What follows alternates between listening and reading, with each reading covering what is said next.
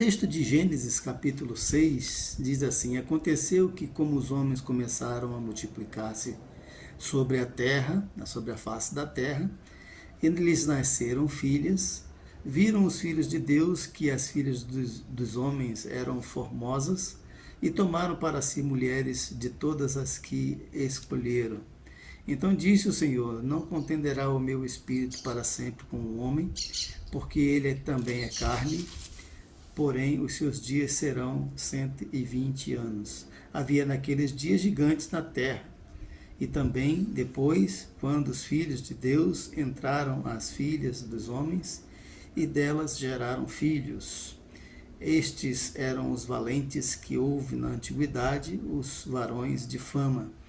E viu o Senhor que a maldade do homem se multiplicara sobre a terra, e que toda a imaginação dos pensamentos do seu coração era má continuamente. Então arrependeu-se o Senhor de haver feito o homem sobre a terra, e pesou-lhe em seu coração. Bom, daí essa expressão, né? Os filhos de Deus se referem a anjos, pode se referir a anjos, né? Ou pode se referir a uma geração santa, geração de Sete, por exemplo, né? Pode se referir a pessoas, né, que temiam a Deus. Bom, por que essa filhos dos deuses, né, filhos de Deus? Veja que quando Jó, Deus fala lá em Jó capítulo 1, né, versículo 6, vê que os filhos dos homens, os filhos de Deus, iam se apresentar diante de Deus. E Satanás foi no meio deles, né? Satanás é distinguido lá. Os filhos de Deus foram se apresentar, e foi também Satanás, quer dizer, ele não era para estar lá, mas estava, era um intruso.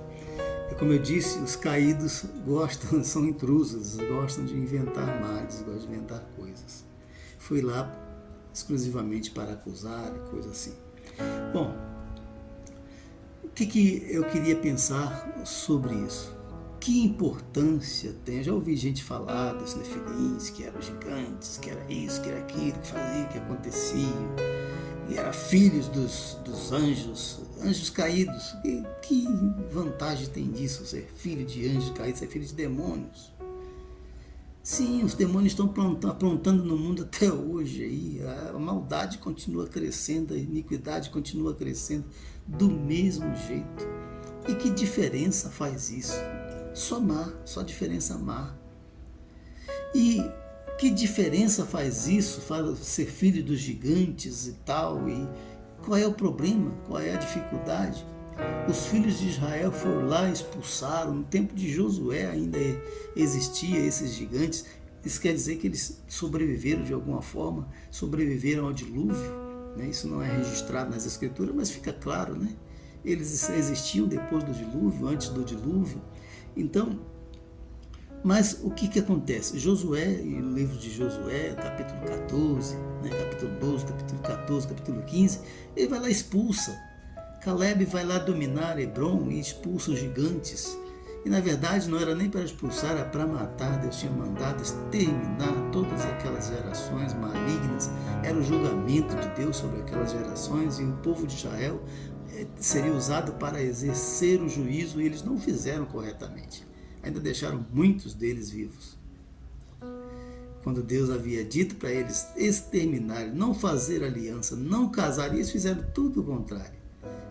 Por isso eles continuam com problemas até hoje, de enfrentar povos, né? Eles fizeram alianças que não era para ter feito. Então, meus amados, o que importa isso, né? Os gigantes, os poderosos da terra. Quem são verdadeiramente os poderosos da terra? São os homens de fé e obediência a Deus. O povo de Israel foi lá, expulsou os gigantes.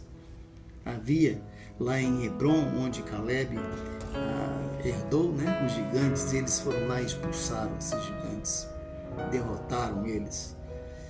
Também, no tempo de Davi, ainda havia gigante lá, o Golias. O gigante Golias era desse grupo aí, dos Enaquins, né? Dos gigantes.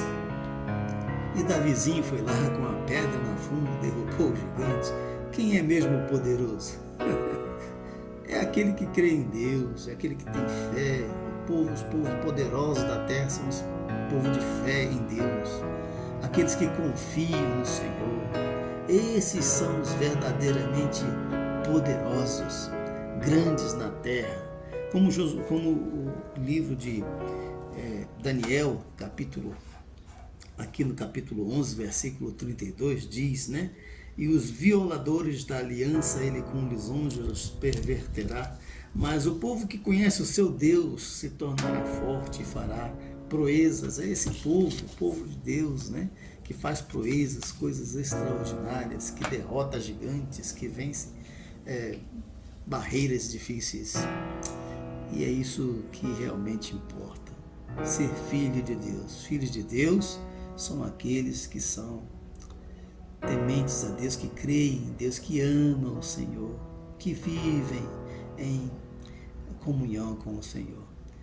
Então, que interessa os enaquins, os gigantes, os nefilins, os filhos dos deuses, filhos de anjos, filhos de demônios, que interessa isso? O que interessa é ser filho de Deus, crer em Deus. Então é só isso que interessa. Deus abençoe a sua vida, seja filho, filha de Deus.